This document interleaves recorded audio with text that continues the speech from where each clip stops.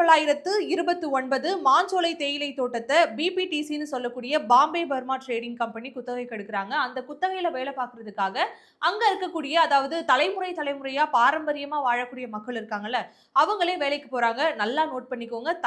தலைமுறையா அந்த இடத்துல இருக்கக்கூடிய மக்கள் புலம்பெயர்ந்து வந்த மக்களோ, இல்ல எந்த வழியும் இல்லாம அந்த இடத்துக்கு வந்த மக்களோ கூட கிடையாது.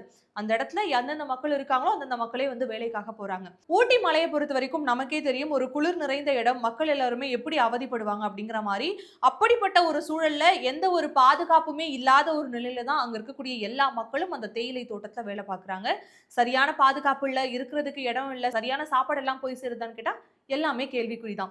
இப்படியே அவருடைய காலங்கள் கடந்து வருது. 1952 ஜமீன்தாரி முறை ஒழிக்கப்பட்டு எல்லா நிலங்களும் அரசாங்கத்தினுடைய வசம் போகுது. ஓகே, இதுக்கப்புறம் நம்மளுடைய தலையெழுத்து மாறிடும், நம்மளுடைய வாழ்க்கை தரம் உயர்ந்துரும் அப்படின்னு நம்பின மக்களுக்கு மீண்டும் ஒரு முறை ஏமாற்றம். ஏமாற்றம் ஒண்ணும் நம்ம மக்களுக்கு புதுசு கிடையாதுல்ல. அரசாங்கத்திடமிருந்தே இந்த பிபிடிசி கம்பெனி நேரடியா குத்தகைக்கு எடுக்குறாங்க. சரி, நம்ம தலையெழுத்து இதுதான் அப்படின்னு சொல்லி முடிவு பண்ண மக்கள் மீண்டும் அவங்களுடைய வேலையை அங்க தொடர்றாங்க. இந்த இடத்துல என்ன அப்படின்னா, கிட்டத்தட்ட 20 வருஷங்கள் தொடர்ந்து ஒரு இடத்துல அந்த மக்கள் வேலை பார்த்தாலுமே, அவங்களுக்கு அந்த வேலை நிரந்தரம் கிடையாது. கூலி உயர்வு அப்படிங்கிறது கனவுல கூட நடக்காத ஒரு விஷயம்.